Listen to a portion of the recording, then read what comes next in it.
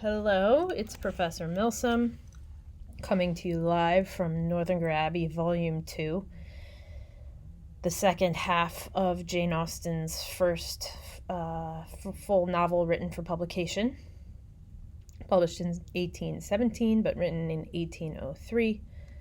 So just to review, as we conclude reading this really funny, ridiculous book, what is going on? First of all, this is a satire of Gothic romance novels, as I've said. The basic question of the book is reading Gothic literature dangerous? And we see that Catherine's love of Gothic literature gets her into all kinds of trouble, but maybe in the end, she's right about things because of what she has been prompted to expect. Another thing that's going on is that it exposes a lot of irony. Young girls are often right, even though people think that older men are. We put all our trust into these older men, the General Tilneys, the Mr. Allens, the Captain Tilneys, John Thorpe. These are the people who are given money, given titles, but turns out that young Catherine is the one they should all be listening to. And then there's another irony, which is that people who read fluff and chick lit are actually smart readers of People as a result. And that people think that girl things are dumb and serious male things are smart. Think about Mr. Thorpe dismissing novels in the middle of his obsessive monologues about horses and carriages. Meanwhile, Henry Tilney, who's the obviously attractive person whom Catherine Morland ends up marrying in the end, he admits to liking novels. Here's some of the themes that we've covered and I want you to pay attention to. This will be on the PowerPoint. I made a new character chart. I just drew this. This gives you some settings to pay attention to. Over here we have Wiltshire, which is a county in England, and that's where Catherine is from. Here's Catherine. She's from the Morland family. She's got her brother James. There's a sister Sally, and there's like 10 other kids. Their house is where it's called Fullerton. And then there's the Allens, who are their neighbors. Mrs. Allen likes muslins, not to be confused with Muslim, but muslins, fabrics from India. In other words, she really likes clothing. And then Mr. Allen, who's gouty. He has gout, and he is rich. And they take Catherine over here to Bath, England. I put bubbles indicating bubble bath, which is actually accurate because there are baths there, which is why it's called Bath, ever since the Roman times. So I put music notes because it's also where you go to the club, the pump room. That's where you go to see and be seen, to meet boys, to dance around, get introduced. And there in Bath, Catherine meets the Thorpes. So Mrs. Thorpe is a friend of Mrs. Allen. And then there's John and Isabella, who we learn are no good. John is a jerk. Isabella flirts too heavily. We also meet the Tilneys, who are the good guys. Well, sort of. We've got General Tilney, who is the father. We've got Frederick, also known as Captain Tilney. He is hot, but he is bad. And even though Isabella gets engaged to James Morland, she has a flirtation with Frederick. And if you watch the movie, you'll see they get pretty sexy in the movie. That's possibly hinted at the book, although it's subject to interpretation. We've got Eleanor is the sister, who's very sweet. She turns out to be a good friend. And we've got Henry. Henry, again, is the one who likes novels. He's a member of the clergy because he's the second son. That's something to know, that second sons don't inherit the title. They do have to find a job. So he is over here at Woodston Parish, which is the church nearby in Northanger Abbey. And then the Tilneys have a dead mother whose presence gets felt in the second volume. We're going to talk about that. So in volume 2, Catherine gets invited by the Tilneys to go to their house, Northanger Abbey, which she gets very excited about because an abbey, as we learned before, an abbey is a place where nuns live. This is something you need to know. That's what an abbey is.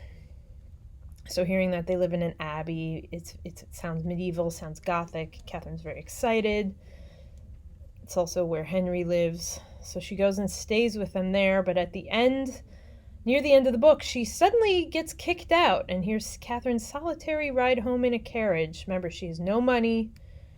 She has no one to accompany her, and General Tilney sends her home. And why? Because originally he had invited her thinking that she was rich, because John Thorpe told him that she was rich. And that's also why Isabella was trying to marry James, because she thought he was rich. But it turned out to all be a lie. So General Tilney finds out that she's not rich, and he kicks her out. And it's very cruel, because it's very dangerous to ride a carriage by yourself as a young woman. I mean, it's not like taking an Uber home where someone can track you. It's like a couple days journey and she has no money.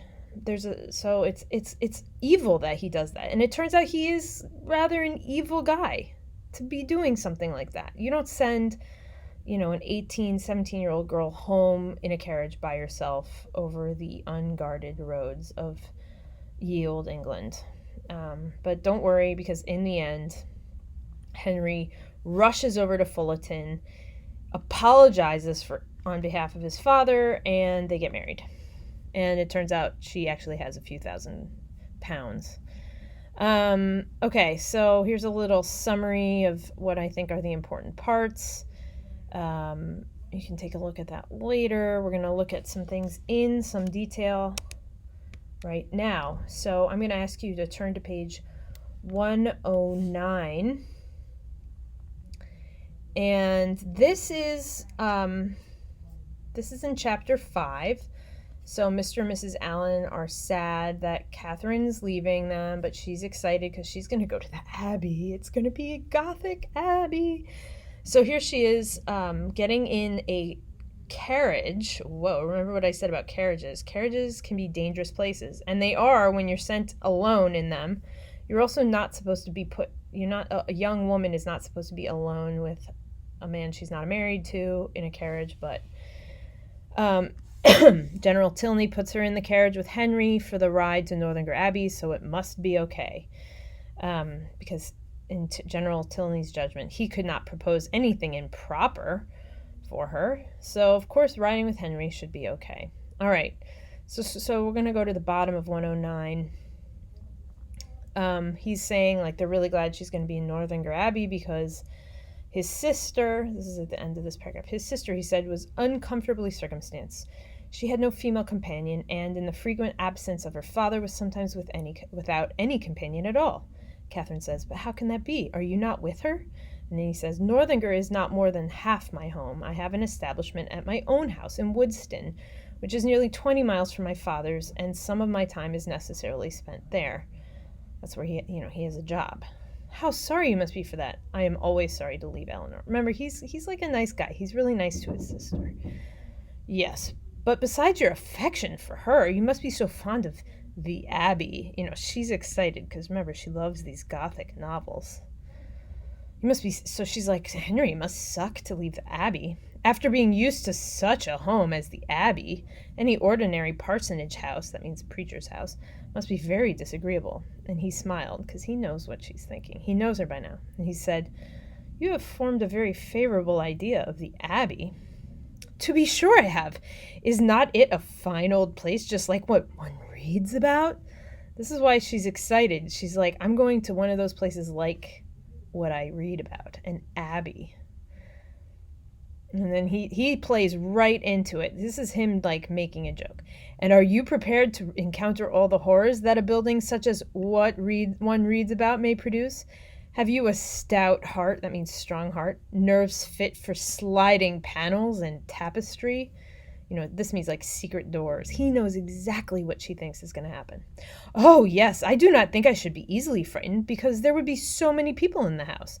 And besides, it has never been uninhabited and left deserted for years, and then the family comes back to it unawares without getting notice, as generally happens in books. She's like, it's never been abandoned and then haunted like in books. Oh, no, certainly. We shall not have to explore our way into a hall dimly lighted by the expiring embers of a wood fire. So remember, this is like he's painting a picture of what it is not, right? Like, based on what they both enjoy in these Gothic novels. Nor be obliged to spread our beds on the floor of a room without windows, doors, or furniture. But you must be aware that when a young lady is, by whatever means, introduced into a dwelling of this kind, she is always lodged apart from the family. You're sent to a vacant wing. While they snugly repair to their own end of the house, she is formally conducted by Dorothy, the ancient housekeeper, up a different staircase and along many gloomy passages into an apartment never used since some cousin or kin died in it 20 years before. So he just like invented Dorothy, the servant, right? And he's like, have you seen Beauty and the Beast? Very Gothic. It's like she's going into the West Wing or whatever, abandoned. Can you stand such ceremony as this? Will not your mind misgive you when you find yourself in this gloomy chamber, too lofty and extensive for you, with only the feeble rays of a single lamp to take in its size, its walls hung with tapestry exhibiting figures as large as life, and the bed of dark green stuff or purple velvet, very Gothic, purple velvet blankets, presenting even a funereal appearance? Will not your heart sink within you? Oh, but this will not happen to me, I am sure. Okay, so he's, again, like he did before, he's like creating a Gothic fantasy for her in these paragraphs. These are great little paragraphs. I'm not going to read them all. Oh, Mr. Tilney, how frightful. This is just like the book, but it cannot really happen to me. And I'm sure your housekeeper is not really Dorothy. Well, what then? Nothing further to alarm. Okay, so this is him writing a little Gothic story for her. This is really important. Like, this whole passage is Henry giving Catherine her own Gothic novel to live out. He's giving her a sort of fantasy. He's in second person. You're going to lie here. You're going to follow Dorothy. This is second person. You. It's a really cool passage. He's like making up a Gothic for her. Here on 111. After a very short search, you will discover a division in the tapestry. Tapestries are like wall coverings made of fabric. Division in the tapestry, so artfully constructed as to defy the minutest inspection. So he's like, you'll find there's like a divide, there's like a slit in the tapestry that you can hardly find. And on opening it, a door will immediately appear, which door being only secured by massy bars. So you'll find a secret door, a locked secret door, which you will, after a few efforts, succeed in opening, and with your lamp in hand, will pass through it into a small vaulted room. Oh, he's like creating a little, you're going to find a secret room, and then, keeps going and going. This is her fun, secret, Gothic fantasy. Then there's going to be another, she's going to discover an inner compartment, a roll of paper appears. Okay, it's like, this is great. And then, so this whole passage is worth paying attention to. But then they actually get, on page 112, they actually get to Northanger Abbey, and this is hilarious. As they drew near the end of their journey, her impatience for a sight of the Abbey, for some time suspended by his conversation on a subject very different, returned in full force, and every bend in the road was expected with solemn awe to afford a glimpse of its massy walls of grey stone, rising amidst a grove of ancient oaks, with the last beams of the sun playing in beautiful splendor on its high Gothic windows. But so low did the building stand, that she found herself passing through the great gates of the lodge into the very grounds of Northanger, without having discerned even an antique chimney. Okay, so she doesn't see any high Gothic windows. It's not splendid at all. She barely even notices it as they enter. She knew not that she had any right to be surprised, but there was something in this mode of approach which she certainly had not expected. Okay, so she's like expecting a Gothic, abbey, like something very medieval. But then it says, to pass between lodges of a modern appearance, to find herself with such ease in the very precincts of the abbey, and driven so rapidly along a smooth, level road of fine gravel, without obstacle, alarm, or solemnity of any kind, struck her as odd. and inconsistent. She was not long at leisure, however, for such considerations. A sudden scud of rain, driving full force in her face. Ooh, she likes that because it's Gothic rain, right? Blah, blah, blah. And then she was actually under the Abbey walls, was springing with Henry's assistance from the carriage, was beneath the shelter of an old porch, and even passed on to the hall where her friend and the general were waiting to welcome her, without feeling one awful forbidding of future misery to herself or one moment's suspicion of any past scenes of horror. So it's not Gothic at all. An abbey, yes, it was delightful to really be in an abbey, but she doubted as she looked around the room whether anything within her observation would have given her the consciousness. It's like nothing here actually is very abbey-like. The furniture was in all the profusion and elegance of modern taste. She's like, oh, they have modern furniture. The fireplace, where she expected it ample width and ponderous carving former times, was contracted to a Rumford, with slabs of plain through handsome marble and ornaments over it of the prettiest English china. So this is not Gothic at all, in other words. The windows, to which she looked with peculiar dependence, because Gothic windows are a thing, from having heard the general talk of his preserving them in their Gothic form with reverential care, were yet less what her fancy had portrayed. Okay, they were, like, renovated. So she's very disappointed. However, so she goes, it's funny because in her bedroom, she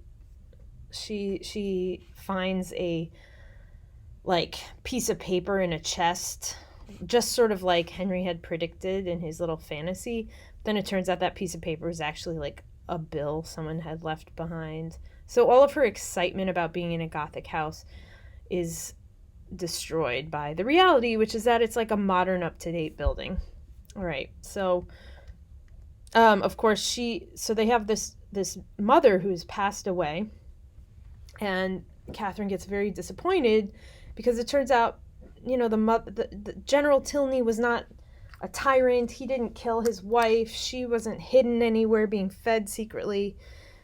She died. She was sick, and everyone's very sad about it, but it's not like Manfred killing Hippolyta. It's not Gothic at all. So here we are on page 138. She's snooping around, and Henry catches her. She's like in the wrong part of the house. She's snooping around, looking for the dead mother's bedroom. And here he catches her, and he's like, oh, so I wonder, rather, we're in the middle of page 138. I rather wonder that Eleanor should not take it for her own. She's like, I wonder that Eleanor wouldn't want to sleep in her dead mother's room. Oh, no, that's him talking. Hold on. Oh, this is Henry. He's like, Mom's room was very commodious, is it not? It's like huge, large and cheerful. And the dressing closet's so well disposed. He's like, it's weird that Eleanor doesn't want to even live in here. She sent you to look at it, I suppose? No. He's like, so it's your own doing?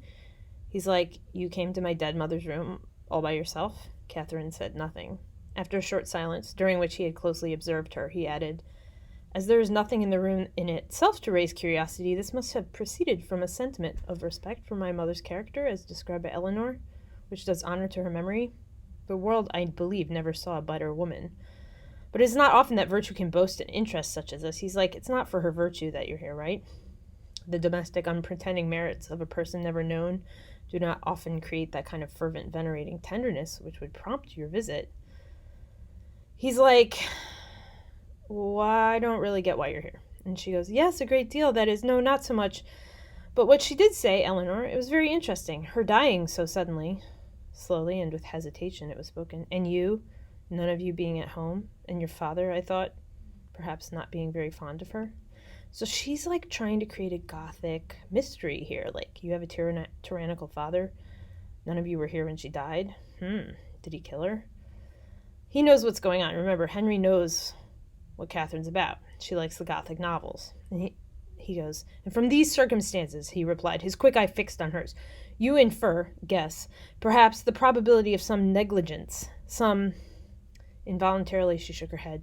Or may it be of something still less pardonable?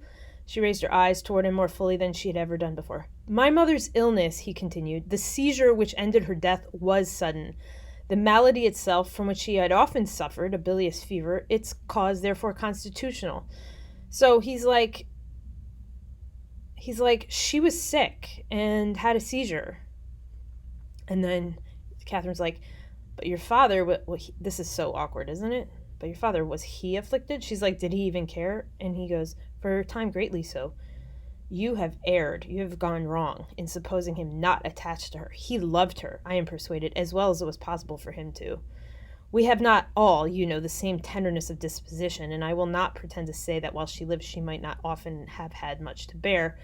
But though his temper injured her, his judgment never did. So we're getting a little insight here, like, he wasn't actually that nice, General Tilney, right? No surprise there. And then he's like, he wasn't that great, but he wasn't that bad. He didn't murder her. And then he's like, if I understand you rightly, you had formed a surmise of such horror as I have hardly words to. Dear Miss Morland, consider the dreadful nature of the suspicions you have entertained. What have you been judging from? Remember the country and the age in which we live. He's like this. I mean, this is like a super awkward confrontation. And he's like, at the end here, dear Miss Morland, what ideas have you been admitting?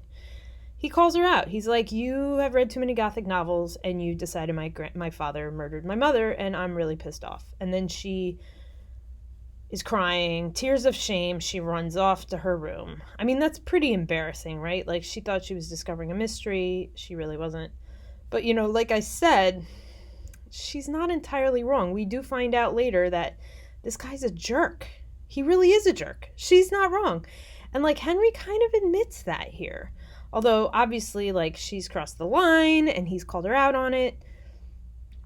She's probably not as wrong. Like, he didn't murder his wife, but he's not that great.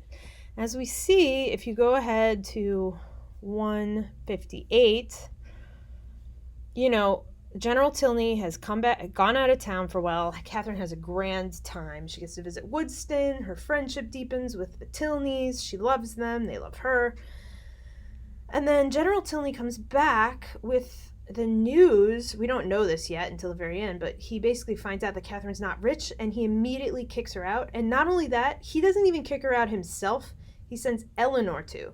So this chapter 13, I like to call it like the actual Gothic chapter because, some pretty messed up things happen involving a tyrannical father and being cruel and putting young virginal women in danger, okay? So if on a quiz I'm like, why is chapter 13 the actual Gothic chapter? That's going to be your answer. And look at this paragraph. This is when Catherine's about to find out. At that moment, Catherine thought she heard her step in the gallery and listened for its continuance, but all was silent.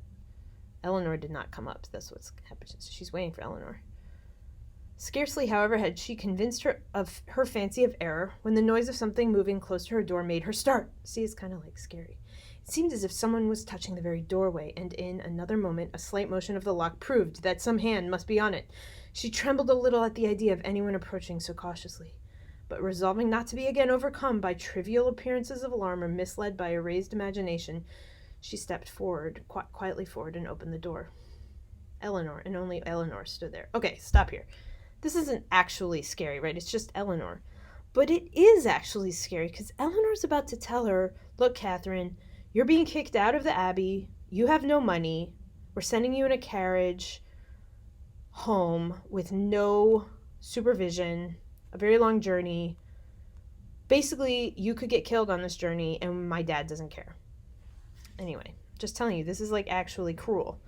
Catherine's spirits, however, were tranquilized but for an instant, for Eleanor's cheeks were pale and her manner greatly agitated, because Eleanor knows this is wrong. Though evidently intending to come in, it seemed an effort to enter the room, and still greater to speak when there. Catherine, supposing some uneasiness on Captain Tilney's account, could only express her concern by silent attention, obliged her to be seated, rubbed her temples with lavender water, and hung over her with an affectionate solitude. My dear Catherine, you must not indeed, were Eleanor's first words. I'm quite well. The kindness distracts me. I cannot bear it. Don't be nice to me right now. I'm about to kick you out of my house. Okay, and then she goes, it's my father himself. And then blah, blah, blah. My dear Catherine, this is page 159, we are to part. My father has recollected an engagement that takes our whole family away. She's like, my dad's made up an excuse for us to pretend to have to leave. And then it's just all a lie. It's fake. Okay. So she's like, Catherine does not get it. Can you, when you return can you come visit me when you get back? Like, Catherine's like, can you visit me at home? And she's like, no. Come when you can then. Eleanor made no answer. And then Catherine's like, don't be upset, Eleanor. I can go Monday. I can go. Don't worry. My mother and father, they don't mind that I show up. The general will send a servant with me. I dare say, half the way, and then soon I shall be in Salisbury. Then I'm only 9 miles from home. She's like, it'll be fine. Catherine, I wish it were so. It's not. She's like, you're leaving tomorrow. You don't even get to choose when you leave. The carriage is already going to be here, and no servant will be authored to you. Catherine sat down, breathless and speechless. I could hardly believe my senses when I heard it. So she's like, good God, what will you... And then this is Eleanor. She's like, this is very embarrassing. Your mother and father will be so horrified after courting you from the protection of real friends to this. So Eleanor's like, you were with real friends, the Allens, and then you were sent to us, and turns out we're terrible people. We're not even letting you, like, have a safe journey. So, and then 160, Catherine's like realizing that she's being disgraced here. Have I offended the general? She said in a faltering voice. And she's like, I'm sorry if I've offended it. So now she thinks she's done something offensive. She has not. This guy is a tyrant. He just found out she's not rich. And so, fortunately, Catherine goes home. She's not hurt. Her parents are kind of negligent.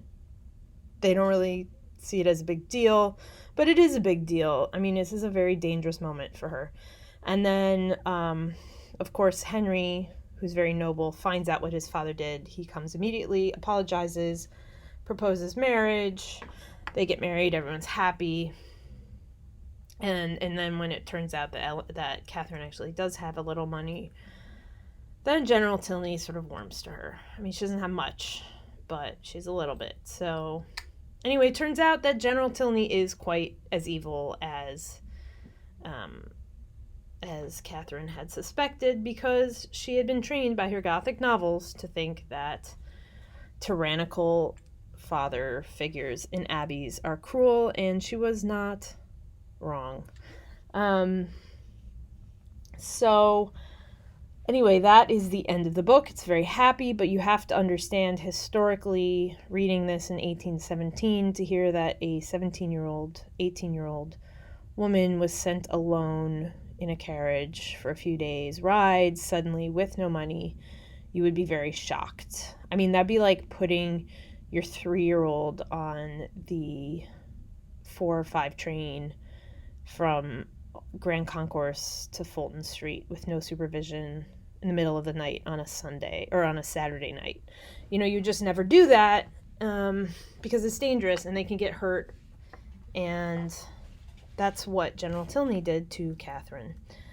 Okay, so I hope you've enjoyed this. Please, please, please watch the movie. Please read all the announcements I send.